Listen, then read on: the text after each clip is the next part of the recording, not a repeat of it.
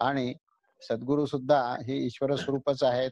त्यामुळे सद्गुरूंच्या माध्यमातून हे सर्व ज्ञान प्राप्त करणे आणि या ज्ञानातून आपल्याला आपली धारणा आणि आपलं आचरण ह्या दोन्हीचे आपल्याला त्याच्यात प्रगती कशी करायची हे आपण पाहणे.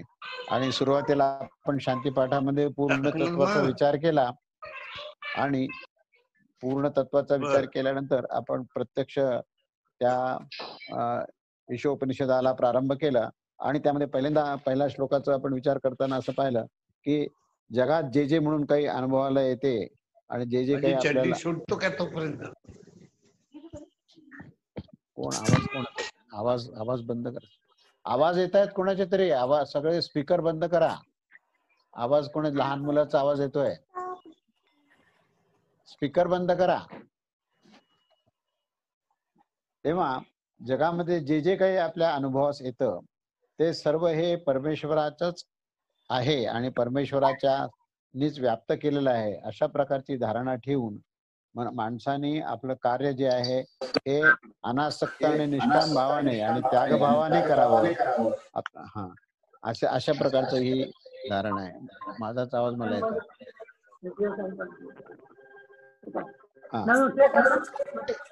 दुसऱ्याचे आवाज खूप येत आहेत. सगळ्यांनी स्पीकर बंद करा. सगळ्यांनी स्पीकर बंद करा. सारिका मार्कंडे उनका आवाज आ रहा है. सारिका मार्कंडे उनका आवाज आ रहा है. हाँ ठीक है, उनको बंद करने के लिए. मार्कंडे तुमचा हे स्पीकर बंद करा. विनायक मुरकुटे माईक बंद. हा, माईक बंद करा तुमचा, कारण मग आवाज मिक्सअप होत आहेत. ते सगळ्यांनी माईक बंद करायचे आणि व्हिडिओ बंद करायचे. हा मार्कंडे, ठीक आहे. तेव्हा त्या ईश्वराला सर्वत्र पाहण्याची बुद्धी व्हावी आणि त्याला सर्वत्र पाहूनच आपलं कर्तव्य आणि स्वधर्म पालन करावं. म्हणून तिथे भोग आणि त्यागाला हे दोन शब्द वापरले की भोग जो आहे तो त्यागाचा भोग आहे. म्हणजे आपण जे कर्म करतो त्याचा जे फल प्राप्त करण्याची जी आसक्ती आहे त्या आसक्तीच्या त्यागाचा भोग आहे. आणि तो त्याग आणि भोगाचं समन्वय साधून आपण सर्वत्र परमेश्वर कसा आहे हे पाहावं. कारण देहधारी मनुष्य देहभावातच असतो आणि म्हणून पुढे त्यांनी म्हटलंय की त्याच्या देहभाव असल्यामुळे त्याला कर्मयोग सिद्ध करणं आवश्यक आहे. आणि त्यांनी 100 वर्ष जगण्याची त्याची इच्छा ही अनाठाई नाहीये, योग्यच आहे. पण 100 वर्ष जगताना त्यांनी हा विचार नेहमी करावा की आपण नेहमीच ते जीव जगताच्या कल्याणाकरता काम करावं. त्यानंतर हा सर्वव्याप्त जो आत्मतत्वाचा ज्या आसुरी वृत्तीच्या माणसाने तिरस्कार केला तर तो तिरस्कार म्हणजेच आत्मज्ञानाला त्यांनी महत्व दिलं नाही तर तो आत्मघातकीच होतो. आणि मग मृत्यूच्या नंतर त्याची अंधकाराची वाट होते आणि त्याचं अधःपतन होतं. हे 3ऱ्या श्लोकात आपण विस्ताराने पाहिलं. आणि त्यानंतर आज 4था श्लोक जो आहे त्या 4थ्या श्लोकामध्ये प्रत्यक्ष आत्मतत्व काय आहे आणि परब्रह्म परमेश्वराचं तत्व काय हे ह्याच्यावरचं विस्ताराने त्याचे लक्षण स्वरूप वर्णन केलेलं आहे.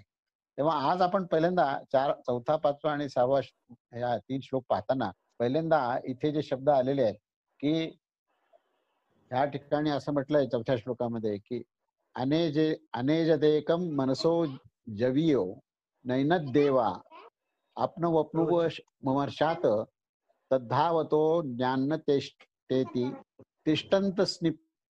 तिष्ठन्तस्मि नपो मतरिश्वा दधाती. ते परब्रह्म तत् म्हणजे ते परब्रह्म हे अचल असून परंतु ते मनाहूनही वेगाने निघते आणि ते ज्या ठिकाणी तुम्हाला जायचंय तिथे आधीच पोहोचलेले असते. त्यामुळे इंद्रादी देव सुद्धा त्याला प्राप्त करण्याकरता यशस्वी होत नाहीत कारण ते अत्यंत वेगवान आहे. अशा प्रकारचं वर्णन केलंय आणि त्याचा पूर्ण शब्दशः अर्थ सांगितलाय की जे आत्मतत्व आपल्या स्वरूपापासून कधीही ढळणारं नाहीये. आत्मतत्व हे स्वरूपस्थित तत्व आहे. प्रत्येक जीवमात्राच्या अधिष्ठानामध्ये आत्मतत्व हे स्वरूप स्थित आहे, ज्ञानस्वरूप आहे आणि ते त्या ज्ञानापासून त्या स्वरूपापासून कधीही ढळत नाही. म्हणून ते अचल आहे. ते एका ठिकाणी अत्यंत स्थिर असं आहे. आणि त्या स्थिर असतानाच दुसरं वर्णन असं केलेलं आहे की ते अतिशय वेगवान आहे. म्हणजे त्याचा वेग इतका आहे की तो आपण इथून एका ठिकाणी जायचं असेल तर ते आधीच त्या ठिकाणी पोहोचलेलं असतं. इतका त्याचा वेग म्हणजे विलक्षण वेग आहे. त्या वेगाची तुलना आपण कशाशीच करू शकत नाही. ते मनाहूनही अतिशय वेगवान आहे आणि ते अचल आणि अटल आहे. म्हणजे ह्या ठिकाणी ह्या 2 गोष्टी इथे सांगितल्या आहेत आणि हे आत्मतत्वाचं लक्षण आहे, की ते हलणारही नाहीये, ते अचल आणि अटलही आहे आणि ते इतकं वेगवान आहे, की त्याचा वेग आपल्याला समजू शकत नाही. तर ते आपण ज्या ठिकाणी जायचो तिथे आधीच ते पोहोचलेलं असतं. मनाच्याही पेक्षा जास्त वेगवान आहे. असा असा हा सिद्धांत इथे आत्मतत्वाच्या बद्दल मांडलेला आहे. तर त्याचा आपल्याला आता ह्या शब्दशः अर्थ आपल्याला जरी कळाला, तरी त्याचा आपल्याला नेमका अर्थ काय आहे आणि त्याचा आपल्याला गूढार्थ आणि तत्वार्थ काय आहे, व्यवहाराचा त्याचा अर्थ काय आहे, हे आपल्याला समजून घेणं आवश्यक आहे. आता इथे आत्मतत्व या शब्दाचा पहिल्यांदा आपण अर्थ पाहूया, की आत्मतत्व म्हणजे ज्याचा जे अंतरंगामध्ये अत्यंत सूक्ष्मात अतिसूक्ष्म आहे. आवाज कोणाचा येतोय लहान मुलाचा? आवाज आवाज बंद करा. आवाज बंद करा. माझी लिंक तुटते. लहान मुलांचा आवाज येतोय. ऍडमिन सगळ्यांना म्यूट करून टाका तुम्ही. सगळ्यांनी म्यूट करा. आवाज मला नको आहे कुठलाच. सगळे ऐकतायत का? कोणाचा आवाज चालू केलाय पाहिला का सगळ्यांनी? विनायक मुरकुटे आणि कृष्णा म्हणून कुठेतरी आता कृष्णांनी म्यूट केलेलं आहे. विनायक मुरकुटेंनी म्यूट केलेलं नाही. हा, मुरकुटेनं सांगा म्यूट करा मग. कन्फर्म करा, कारण काय होतं माझी लिंक तुटते. काही मुलांचे विनायक मुरकुटे आवाज प्लीज म्यूट करा. तुमचा ऑडिओ आवाज म्यूट करा. मुरकुटे सर ऐकता का? मोहन नेरकर का भी केला का त्यांनी? मोहन नेरकर का भी म्यूट करो. हा, शशांक करके एक है, उनको भी म्यूट करो. उनका भी ऑन है. हा, सगळे चेक करा. हा आता येतो. नाही तर त्यांना तिकडून प्रॉब्लेम आहे. हो का? ते सांगितलं सगळे चेक करा. ते काय करायचं, झूम करू आता. मुरकुटे साहेब, ते तुमच्या आवाजाला क्लिक करून तिथं राईट क्लिक करून त्याला म्यूट करा.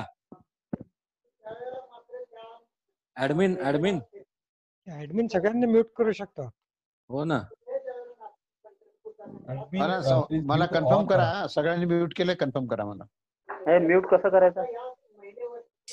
ते माईक वर फक्त क्लिक करायचं की म्यूट होतं. त्याच्यावर क्रॉस येईल बघा. हा, बरोबर झाले. अजूनही कोणाचा तरी आवाज येतोय? आमच्या घरचा येतोय का? विनय लाटकर? नाही, मुरकुटेंचं बाकी आहे. मोहन साहेबांचं बाकी आहे. सुनील कोण आहे त्यांचं बाकी आहे. मुरकुटे सर ऐकता का? मुरकुटे सर, हो, मुरकुटे सर, तुमच्या लेफ्ट साईडचं जे बटन आहे ना, जे लेफ्ट साईडचं खालचं, त्याला दाबा म्हणजे म्यूट होणार तुमचा ऑडिओ. खालचं लेफ्ट साईडचं.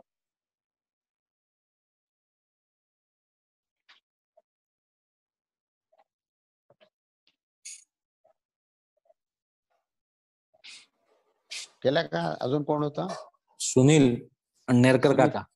सुनील नेरकर काका ना, आता काय माहित नाही काय? Nerkar sir, Nerkar sir, Nerkar sir,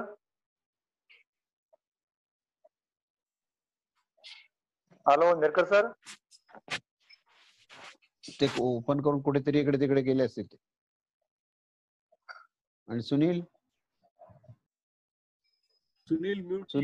वो हैंड वो म्यूट ही है, हैंड रेस है खाली उसका. वो प्रॉब्लम. हा, ठीक आहे. म्यूट असेल तर काय प्रश्न. मग आता फक्त नेरकरांचा राहिला का? आहे त्याच्यावरती. भरत पण आहे. भरत आणि आयफोन. भरत बंद कर, म्यूट कर. होस्ट यांनी सगळे पार्टिसिपंटला म्यूट करा, म्हणजे प्रॉब्लेम नाही येणार. होस्ट कोण आहे त्यांनी सर्व पार्टिसिपंटला म्यूट करा.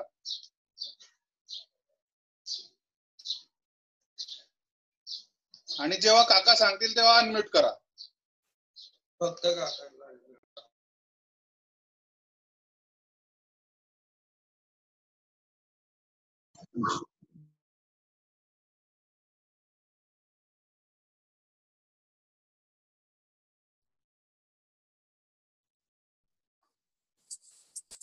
काका चालू करू शकता आता. जवळजवळ सगळे झालेत म्यूट.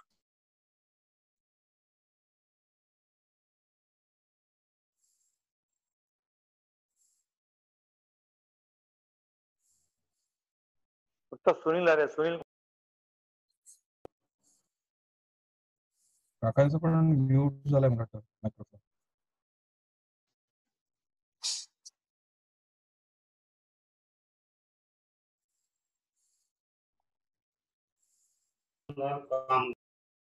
काका तुमचं पण म्यूट झालंय.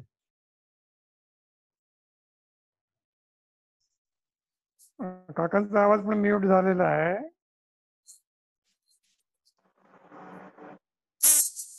आता येतोय का? हो, आता येतोय. आता हा येतोय. ठीक. आता येतोय ना? हा आता तुम्ही सगळ्यांचं मात्र म्यूट करा आता. एकूण एक सगळ्यांचं म्यूट करा. हा चालेल. आता मी बोलू का? चालेल का? हो हा हो ठीक आहे. बोला. हा चालेल. हा तेव्हा हे आत्मतत्व काय हे समजलं आपल्याला तर आपल्याला त्याचे लक्षणं काय हे समजेल. कारण लक्षणामध्ये परस्पर विरुद्ध गोष्ट सांगितली आहे की आत्मतत्व हे न ढळणारं आहे, अटल आहे आणि ते मनाहूनही अत्यंत वेगवान आहे. असे हे दोन लक्षणं सांगितलेले आहेत. आणि त्या दोन लक्षणाचं समर्थन करायचं असेल आपल्याला तर मुळातून आत्मतत्व काय हे जर आपल्याला कळालं तर ते परस्पर विरुद्ध जे लक्षणं सांगितले तेही आपल्याला कळू शकतील. म्हणून या ठिकाणी आत्मतत्व काय आहे तर आत्मतत्व हे निरपेक्ष अस्तित्व आहे. अस्तित्वामध्ये दोन भाग आहेत. आपण आपला स्वतःच्या अस्तित्वाचा जेव्हा विचार करतो त्यावेळेस आपण सापेक्ष अस्तित्वाचा विचार करतो. सापेक्ष अस्तित्व म्हणजे जे टिकत नाही, जे परिवर्तन होतं ते सापेक्ष अस्तित्व म्हणजेच आपला देह. तर आपल्या देहाचा आपण विचार करताना आपण पाहतो की देहामध्ये स्थित्यंतर होतं. लहान मुलाचा तरुण होतो, तरुणाचा म्हातारा होतो. तर हे देहामध्ये हे स्थित्यंतर चालत असतात. पण आपलं अस्तित्व आपण कशाशी जोडतो तर देहाशी जोडतो. जोपर्यंत देह आहे तोपर्यंत माझं अस्तित्व आहे. अशी आपल्याला एक अशा प्रकारची आपली संकल्पना असते.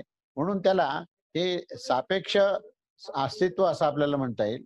आणि दुसरं जे आहे ते निरपेक्ष अस्तित्व म्हणजे जे अगदी लहानपणापासून वृद्धावस्थेपर्यंत जे अस्तित्व जसेच्या तसं असतं, जे टिकून राहतं, ज्या अस्तित्वामध्ये कुठल्याही प्रकारचा हा बदल होत नाही तर ते निरपेक्ष अस्तित्व.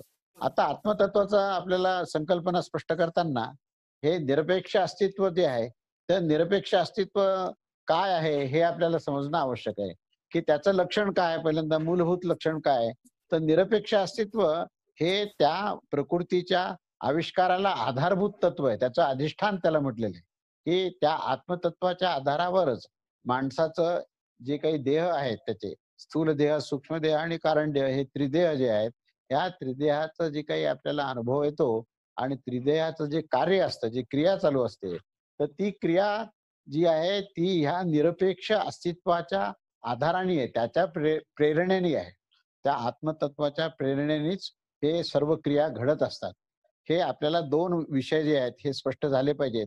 एक सापेक्ष अस्तित्व जे परिवर्तनशील आहे आणि ज्याला प्रकृती असं म्हटलेलं आहे आणि जे निरपेक्ष अस्तित्व आहे ते प्रकृतीपासून सर्वथा भिन्न आहे, जे अखंड अविनाशी आहे, ज्याचा कधीही सुरुवात प्रारंभ झालेला नाही आणि ज्याचा कधीही अंत होणार नाही. अशा या तत्वाला आपण निरपेक्ष अस्तित्व असं म्हटलंय. कारण अस्तित्व या शब्दाची मूळ व्याख्याच अशी आहे की जे टिकतं त्याला अस्तित्व म्हणतो आपण. ज्याचा कधीही नाश होत नाही त्याला आपण अस्तित्व म्हणतो.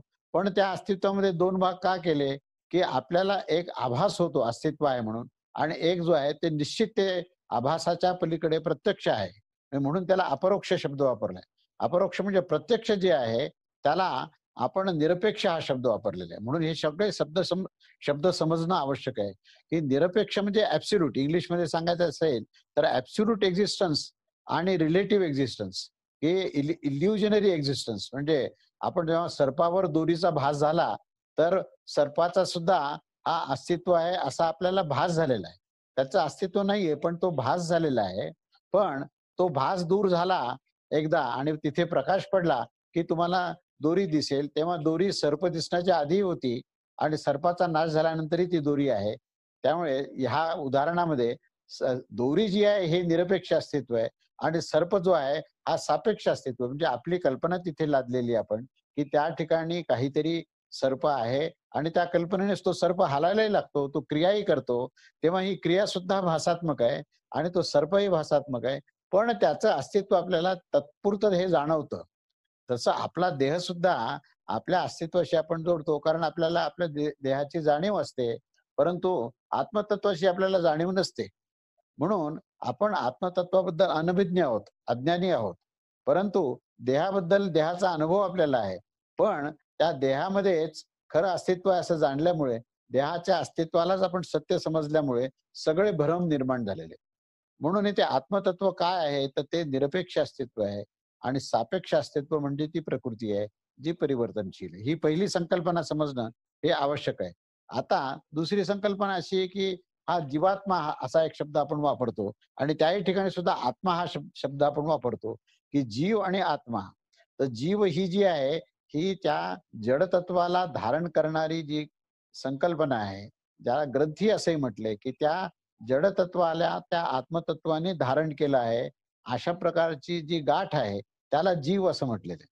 त्या जीवातूनच हा अहंकार निर्माण झालेला आहे आणि त्या अहंकारातूनच हा देहभाव निर्माण झालेला आहे. म्हणून जीव हा शब्द जो आहे हा जड आणि चैतन्य या दोघांना बांधणारी जी गाठ आहे, तर त्याला जीव असं म्हटलंय. परंतु त्याचा आत्म्याशी नित्ययोग असल्यामुळे त्याला जीवात्मा शब्द वापरलाय. म्हणून जीवात्मा आणि त्या जीवात्म्यामध्ये असलेलं आत्मतत्व काय हे आपल्याला समजलं तर आपल्याला हे सगळे लक्षणं आपल्याला पुढे समजायला मदत होईल. त्याच्यानंतर पुढची कल्पना ईश्वर किंवा परमेश्वर किंवा परमात्मा. तर आत्मा आणि परमात्मा असे दोन शब्द वापरलेले. त्या परमात्मा आणि आत्म्यामध्ये साधर्म्य आणि साम्य पूर्णपणे आहे, कारण तेही सच्चिदानंद, निर्गुण निराकार तत्व, अपरिवर्तनशील तत्व आणि निरपेक्ष अस्तित्व आहे ते. म्हणून आत्मा आणि परमात्मा हा एकच आहे. पण ते दोन शब्द का निर्माण झाले, तर आत्म्याला जीवभाव स्पर्श करतो आणि जीवात्मा तयार होतो आणि त्या जीवात्म्याने या पूर्ण प्रकृतीचा या जगताशी संबंध येतो आणि तो जीवात्मा हा स्वतः निरपेक्ष स्थितीमध्ये असताना, स्वतः अपरिवर्तनशील असताना सुद्धा त्या देहाच्या निमित्ताने त्याला त्या जीवभाव निर्माण झाल्यामुळे त्याला आपला जन्म आणि मृत्यू होतोय. आपले सुखदुःख त्याला जाणवतात. आपल्यामध्ये असणाऱ्या या अपपर भाव जो आहे, रागद्वेष आहे, अहंकार आहे, कामक्रोध आहे, हे सगळे विकाराची सुद्धा जाणीव या आत्मतत्वाचा संबंध हा जीवभावाशी असल्यामुळे त्याचा भास होतो. पण परमात्मा या सर्व जीवभावापासूनही भिन्न आहे. म्हणून आत्म्याला आणि परमात्म्याला थोडेसे दोन शब्द वापरण्याचं कारण असं आहे की परमात्मा हा जगत व्याप्त आहे, पूर्ण ब्रह्मांड व्याप्त आहे आणि प्रत्येक अस्तित्वाचं अधिष्ठान म्हणजे तो परमात्मा आहे. जसा आत्मा हा या जीवाच्या अस्तित्वाचा आधार आहे, तसा परमात्मा या ब्रह्मांडाच्या अस्तित्वाचा आधार आहे. संबंध ब्रह्मांड, संबंध जगताचा आधार म्हणजे तो परमात्मा आहे. आणि तो परमात्मा कसा आहे, तर तो अंतर्बाह्य आहे. तो मध्ये पण आहे अधिष्ठानात आणि बाहेरच्या सर्व आविष्कारामध्ये सुद्धा तो आहे. अधिष्ठानालाच महाकारण म्हटलेलं आहे आणि आविष्काराला कार्य म्हटलेलं आहे. त्यामुळे ब्रह्मांड हे कार्यस्वरूप आहे आणि त्या कार्यामध्ये तो परमात्माच सर्वत्र आहे. आता ह्या सर्व तुम्हाला संकल्पना स्पष्ट झाल्या, तर आता हे जे ह्या उपनिषदामध्ये या 4थ्या श्लोकामध्ये जे सांगितलेलं आहे की आत्मतत्व हे स्वरूपामधून कधीही ढळत नाही, तेच मी आता सांगितलं की आत्मतत्व स्वरूप म्हणजेच अधिष्ठान. या जीवात्म्याचं अधिष्ठान जे आहे ते आत्मतत्व आहे आणि ते कधीही ढळत नाही, म्हणजे तिथून तो कधीही सुटत नाही. तो जीव जो आहे त्या आत्मतत्वाला नित्ययोगाने जोडलेला आहे. तिथे नित्ययोग हा शब्द वापरलाय म्हणून तो आढळ आहे. तो आत्मा जो आहे तो स्वरूपामध्ये म्हणजेच अधिष्ठानामध्ये तो आढळ आहे. तो कधीही त्या स्थानापासून विचलित होत नाही आणि त्याचा वेग, आता तो विचलित होत नाही, तर तोच आत्मतत्वच जो आहे, ज्यावेळेस ब्रह्मांडाचा विचार आपण करू तेव्हा तोच आत्मतत्व हे परमात्मा स्वरूपामध्ये आहे. तेव्हा या आत्मतत्वालाच तुम्ही तत्वदृष्टीने पाहिलं आणि जीवभावाचा त्याग केला आणि अहंभावाचा, अहंकाराचा त्याग केला, तर त्याच आत्मतत्वाला तुम्हाला परमात्म्याचं दर्शन होईल. आणि तो परमात्माच तुम्हाला कसा दिसेल, तर तो सर्वत्र सर्वव्याप्त आहे. आणि म्हणून हे आत्मतत्व जसं स्वरूपामध्ये अटळ आणि अचल आहे, तसं ते मनाहून ही वेगावनी आहे आणि ते इंद्रिय सुद्धा त्याला धरू शकत नाही. आणि ते ज्या ठिकाणी तुम्ही जाणार आहात त्या ठिकाणी ते जे तत्व आहे ते आधीच पोचलेलं असेल. अशा 3 गोष्टी सांगितल्या आणि त्याच्या अस्तित्वामुळे आणि त्याच्या नियंत्रणाखालीच तुमचे सर्व कर्म हे ठरलेले आहे. इतके मुद्दे या ठिकाणी दिलेले आहेत. तर या ठिकाणी जेव्हा तो सर्वत्र आहे आणि सर्वव्याप्त आहे असा जेव्हा आपण विषय काढला तर तो इथेही आहे आणि तिथेही आहे. म्हणजे तो एकदेशीय नाही, तर सर्वदेशीय आहे, सर्व स्थानावर आहे, सर्व व्याप्त आहे, सर्व काल आहे आणि सर्वत्र असताना तो प्रत्येक जीवमात्रापाशी आहे, प्रत्येक जीवमात्रामध्ये आत्मतत्वाच्या रूपात आहे आणि तो संबंध ब्रह्मांडामध्ये परमात्मा रूपामध्ये आहे. तो इथेही आहे आणि तिथे आहे, सर्वत्र सर्वव्याप्त सर्वज्ञ सर्वसाक्षित्व असे त्याचे अनेक विशेषण दिलेले आहेत. तेव्हा असं असताना ज्यावेळेस तो इथे आणि तिथे आहे तर त्यावेळेस त्याचा जो वेग आहे तो इथून तिथे हा सरळ त्या म्हणजे क्षणाच्या तिथे कालनिरपेक्ष त्याची हालचाल आहे. लक्षात घ्या, जेव्हा आपण वेग म्हणतो की नाही तेव्हा प्रकृतीमध्ये वेग म्हटलं की तिथे काळाचा संबंध येतो आणि तिथे स्थानाचा संबंध येतो की दोन स्थानं असतील तर एका स्थानावरून दुसऱ्या स्थानावर तो जातो तेव्हा त्याला आपण वेग म्हणतो आणि तो त्या वेगाला एक स्थान आणि दुसऱ्या स्थानातून जे अंतर आहे ना ते अंतर कापण्याकरता त्या क्रियेच्या बरोबरीने वेळेचा संबंध येतो. म्हणून तिथे प्रकृतीमध्ये जो प्रत्येक मनुष्य आहे मग तो तिन्ही लोकांमध्ये देवलोकातील देव सुद्धा जरी म्हटलं तरी ते एका स्थानावरून दुसऱ्या स्थानावर जाताना त्यांना क्रिया करावी लागते आणि त्यांना काळाचं बंधन आहे. पण ज्यावेळेस तुम्ही आत्मतत्व किंवा परमात्म तत्वाचं ज्यावेळेस विचार कराल तेव्हा हे तत्वच मुळातून कालातीत आहे. म्हणून याला काळाचं बंधन नाहीये आणि हे तत्व अक्रिय म्हटलेलं आहे. म्हणजे त्याच्यामध्ये क्रिया असूनही ते शांत आणि प्रशांत आणि स्वतःच्या स्थानावर हे अतिशय निश्चल आणि अटल असं आहे. परंतु ते सर्वत्र आणि सर्वव्याप्त आहे आणि कालातीत आहे. आता मी एक एक टप्पा सांगतो तुम्हाला. प्रकृतीमध्ये कशाने बंधन आलेलं आहे. प्रकृतीमध्ये एक तर काळाचं बंधन आहे, दुसरं क्रियेचं बंधन आहे, तिसरं स्थानाचं बंधन आहे. ह्या तीन गोष्टींनी मिळूनच ही प्रकृती कार्य करत असते. ती क्रिया करत असताना विशिष्ट स्थान, विशिष्ट क्रिया आणि विशिष्ट प्रकारचा लागणारा त्याचा जो वेळेचा भाग आहे, काळाचा भाग, स्थानाचा भाग आहे, या तिन्हीचाही समन्वय आणि सातत्य ठेवून प्रकृती ही नियमाने चक्राकार गतीने फिरत असते. ती चक्राकार गतीने फिरते तर ते फिरण्याचं नियंत्रण कोण करतं हा जर प्रश्न विचाराल तर ते नियंत्रण जो आहे तो परमात्मा तत्व करतो. कारण तो सर्वत्र आणि सर्वव्याप्त या सर्व क्रियेमध्ये सुद्धा तो असून तो स्वतः अक्रिय आहे, तो स्वतः अकर्ता आहे. कारण तो सर्वत्र आहे, सर्वत्र असल्यामुळे त्याला हालचाल करायचा प्रश्न येत नाही आणि तो सर्व काळ असल्यामुळे त्याच्यावर काळाचं बंधन असण्याचा प्रश्न येत नाही. म्हणून जिथे काळाचं बंधन नाहीये तो कालातीत तत्व आहे, जिथे क्रियेचं बंधन नाही तर तो अक्रिय तत्व आहे. तर असा अक्रिय आणि कालातीत तत्व असल्यामुळे तुम्हाला ज्या ठिकाणी जायचं आहे त्या ठिकाणी तो तिथे आहेच. आधीच पोचलाय म्हणजे काय, तो आधीच आहे तिथे. कारण त्याला जाण्याची गरज नाहीये, तो इथेही आहे आणि तिथे आहे. त्यामुळे इथून तिथे जाण्याच्या आधी तिथे तो असणारच, आधीच असणार. म्हणून तो सर्वत्र आणि सर्वव्याप्त आहे अशी ती व्याख्या आहे. याचं एक उदाहरण तुम्हाला सांगतो की आमच्याकडे साधनेत एक भक्त आले होते आणि त्यांनी आम्हाला असं सांगितलं की बाबा महाराज तुम्ही या तिथे आमच्या घरी या, पुष्कळ आम्ही वाट पाहतोय तुमचं दर्शन आम्हाला झालं पाहिजे. तर असं म्हणत असताना महाराज काय म्हणाले की तू जा आता तुझ्या घरी आणि मी तिथे आधीच गेलेलो आहे, तुला माझं दर्शन आहे झालेलं आहे, तू जाण्याच्या आधीच मी तिथे आहे. म्हणजे हेच अगदी जे सिद्धांत जो मांडलेला आहे तो सिद्धांत प्रत्यक्ष अशा अनुभवातून कसा आला. मग ते भक्त जे आहेत ते आपल्या घरी गेले.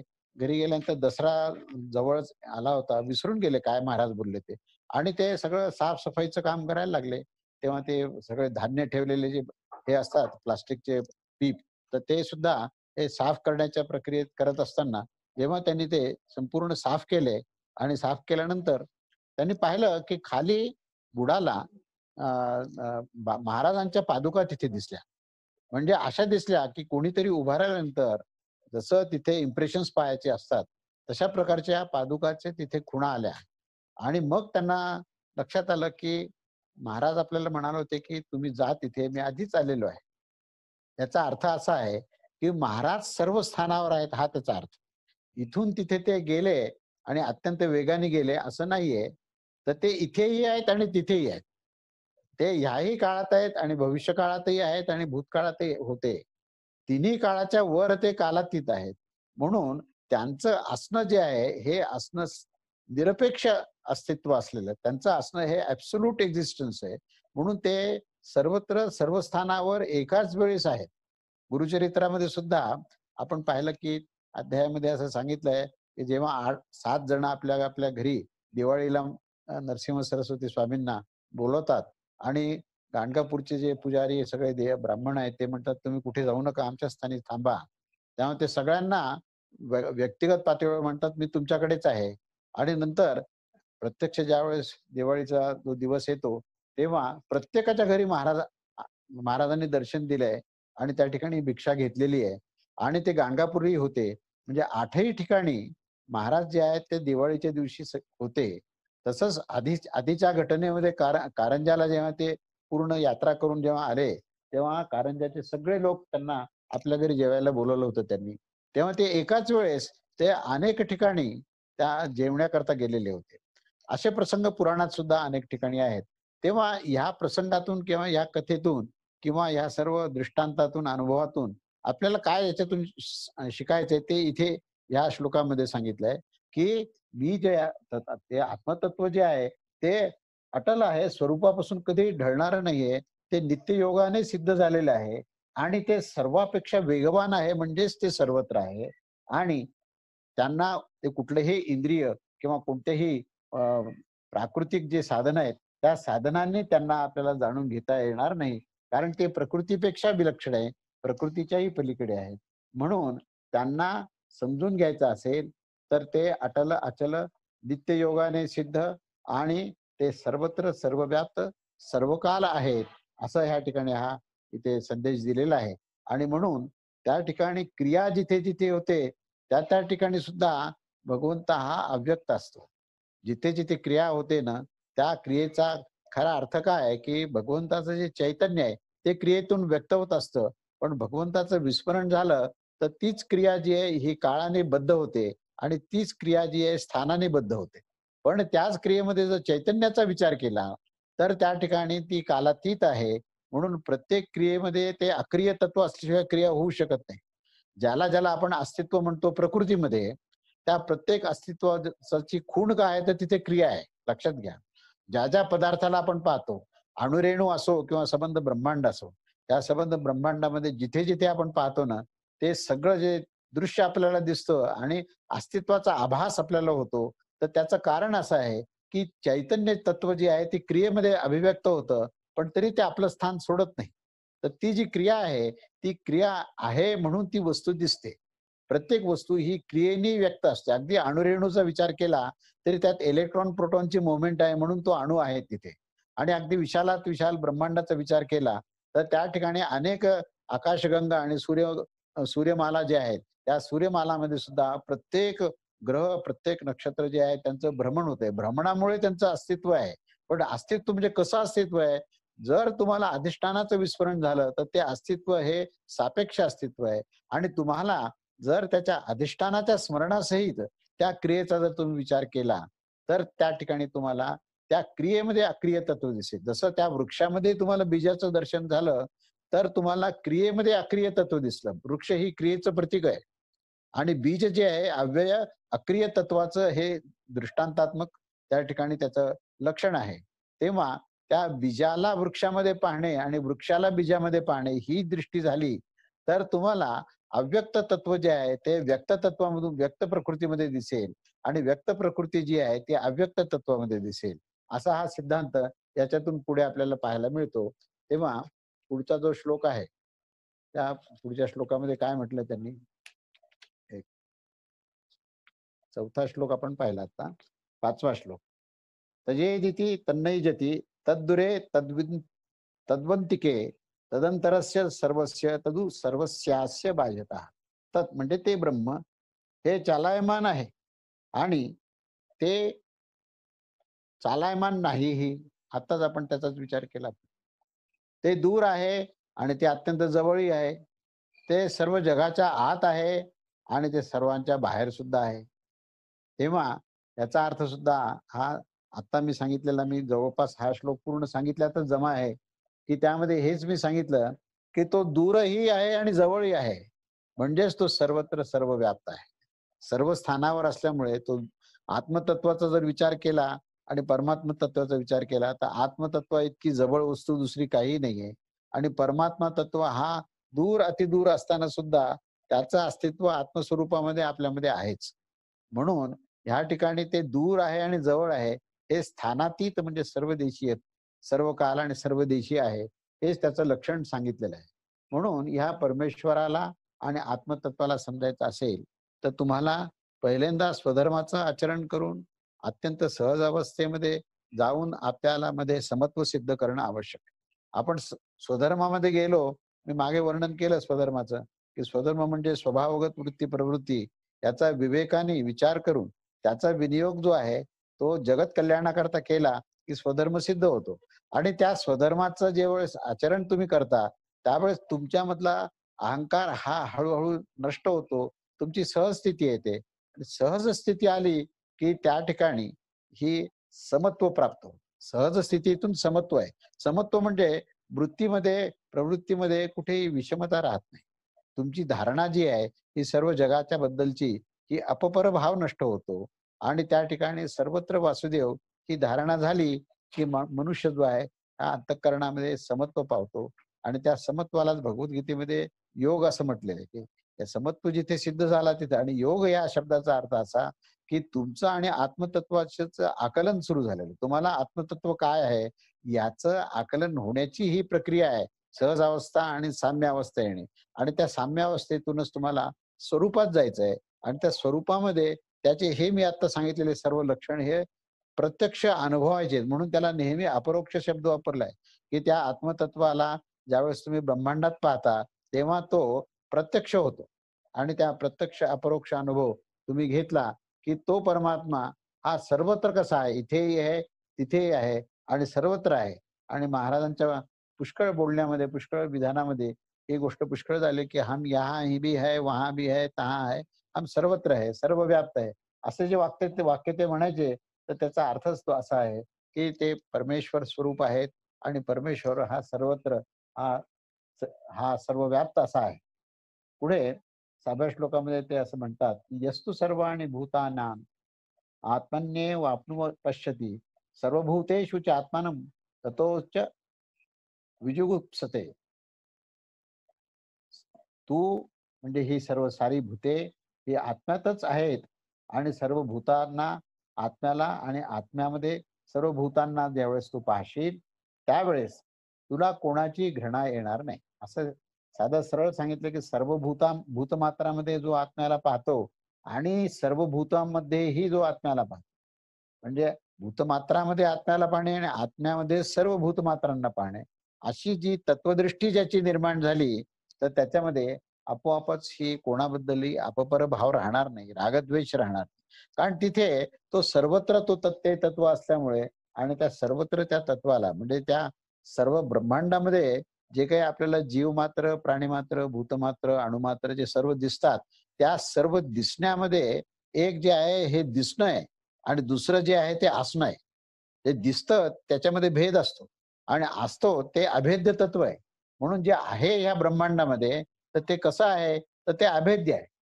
ज्यावेळेस तुमच्या दृष्टीमध्ये जेव्हा तत्वदृष्टी म्हणजे परमेश्वराला पाहण्याची दिव्य दृष्टी तुमच्यामध्ये, ज्ञानदृष्टी, चर्मचक्षु तुमच्यामध्ये निर्माण होतील त्यावेळेस तुम्ही जेव्हा या जगताला पाहाल तेव्हा तुम्हाला विलक्षण असं एक चैतन्याची तुम्हाला दृश्य दिसेल की आणि ते सर्वत्र सारखं आहे.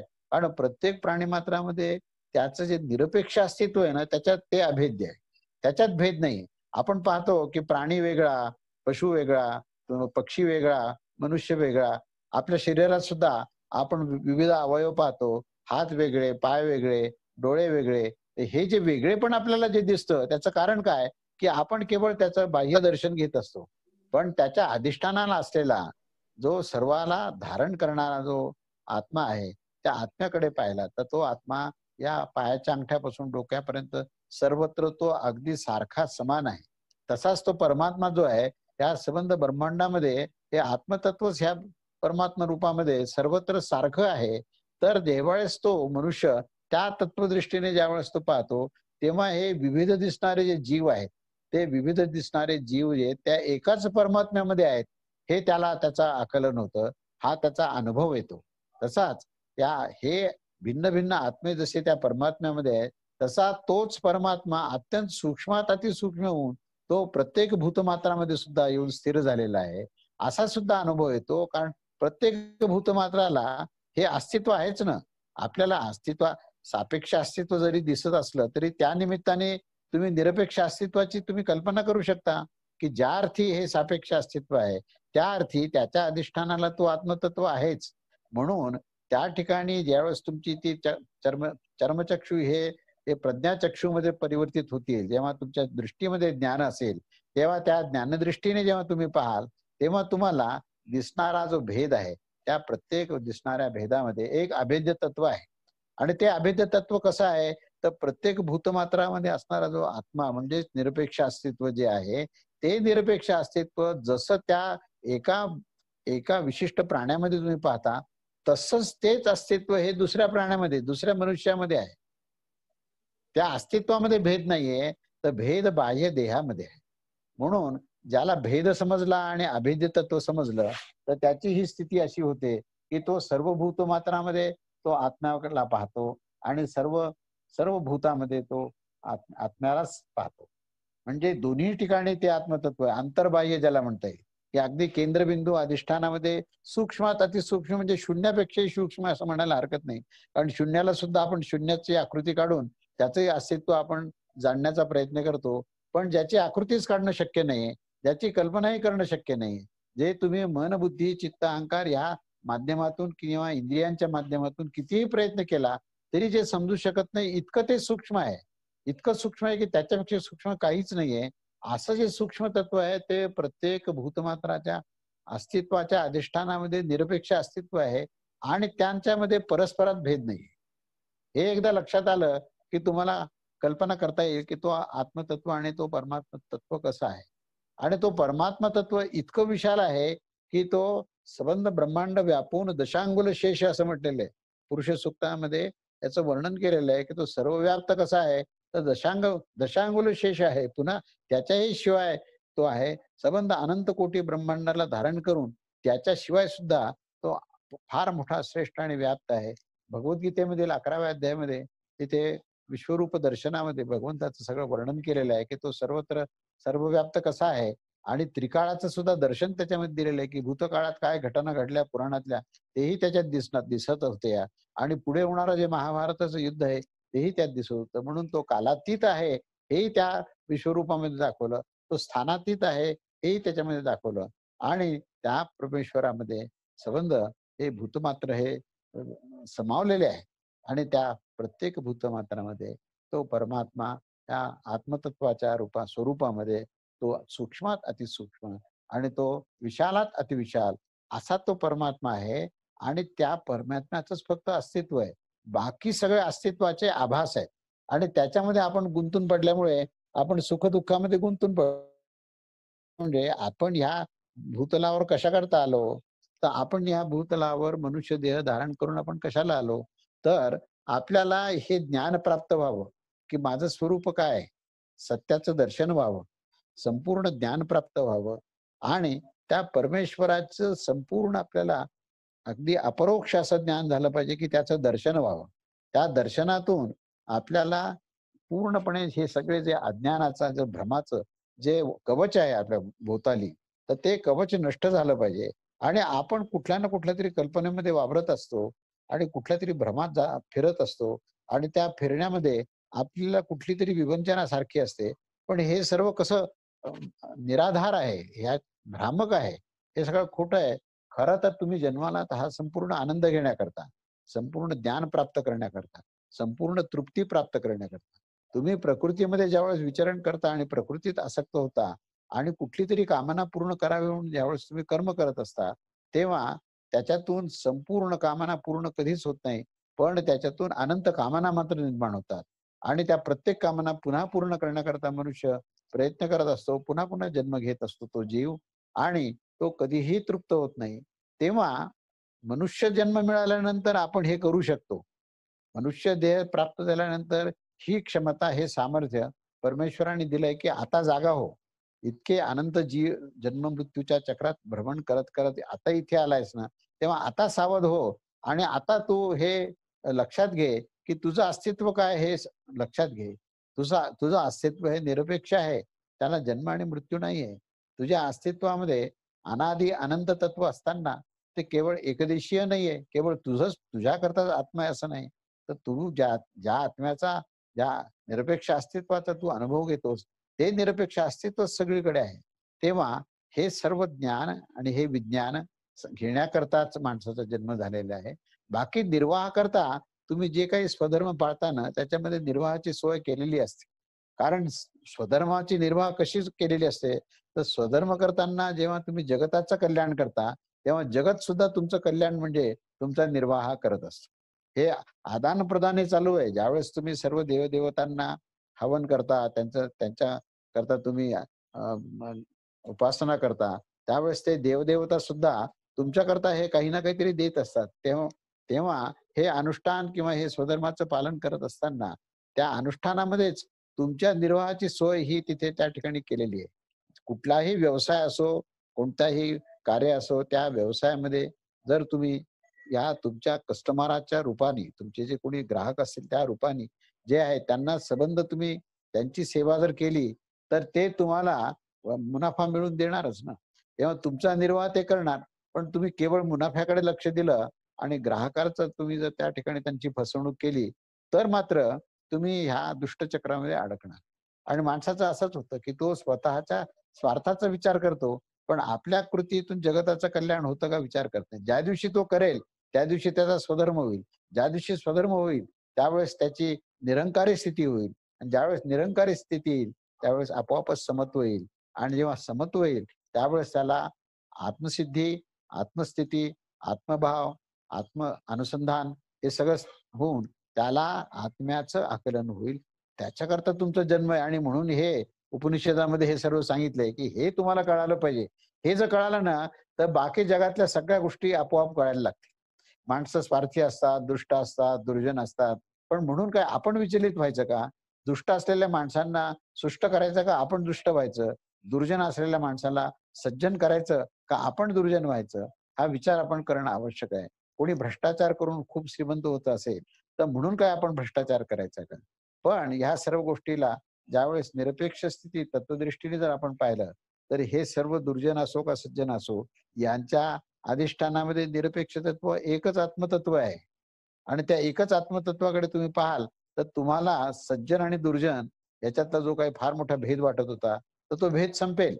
तुमच्या लक्षात येईल की सज्जन आणि दुर्जन ही बाह्य प्रकृती आहे, पण त्याच्या अधिष्ठानात असलेला जो आत्मतत्व आहे ते एकच आहे. आणि अशा प्रकारची ज्यावेळेस तुमची धारणा होईल, त्यावेळेस तुमचा आपोआपच ही घृणा नष्ट होईल. शेवटी या श्लोकामध्ये काय म्हटले, घृणा म्हणजे काय? द्वैत भाव आहे. घृणा म्हणजे काय, की मी श्रेष्ठ तू कनिष्ठ, अशा प्रकारचा द्वैत भाव झाला की द्वैतातून द्वंद्व निर्माण होतं, द्वंद्वातून संघर्ष निर्माण होतो आणि संघर्षातून घृणा निर्माण होते. म्हणून ती घृणा जर दूर करायची असेल, तर त्याचं जे मूळ कारण द्वैत आहे, तो जीव भाव आहे.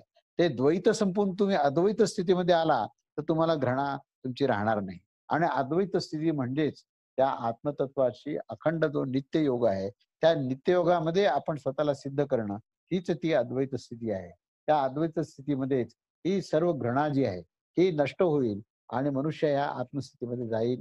तेव्हा त्या आत्मस्थितीमध्ये गेलेल्या माणसाचं लक्षण आणि आत्मतत्वाचं लक्षण या ठिकाणी ह्या 6व्या श्लोकामध्ये सांगितलेलं आहे. आणि त्याच्या पुढे 7वा श्लोक जो आहे तो असं म्हणतो की यस्मिन् सर्वाणि भूतानां, हे मी म्हटलं जातं, यस्मिन् सर्वाणि भूतानां आत्मै बुद्धिजानतः तत्र को मोह कः शोकः एकत्वम अनुपश्यतः. यस्मिन म्हणजे ज्या अवस्थेत, ज्यावेळेस सारी भूते ही आत्माच होऊन जातात आणि ज्ञान झालेल्या सर्व ह्याच्यामध्ये ते एकत्वच पाहतात, त्यावेळेस क मोहा क शोका, कसला शोक आहे आणि कसला मोह. म्हणजे आता मी जे सांगितलं तेच या श्लोकामध्ये पुढचं आणखीन वर्णन करून सांगितलं की ज्यावेळेस ज्ञानीपुरुष हे सगळे जे भूत आहेत, जे जे अस्तित्वात आहे, जे दिसायला म्हणजे सापेक्ष अस्तित्व दिसत असताना नाही, ते निरपेक्ष अस्तित्वामध्ये ते खऱ्या अर्थाने आहेत.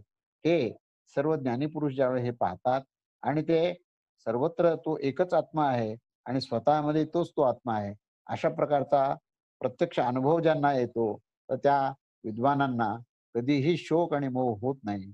कारण शोक आणि मोहाचं कारणच त्यांनी त्याचं निराकरण केलेलं असतं.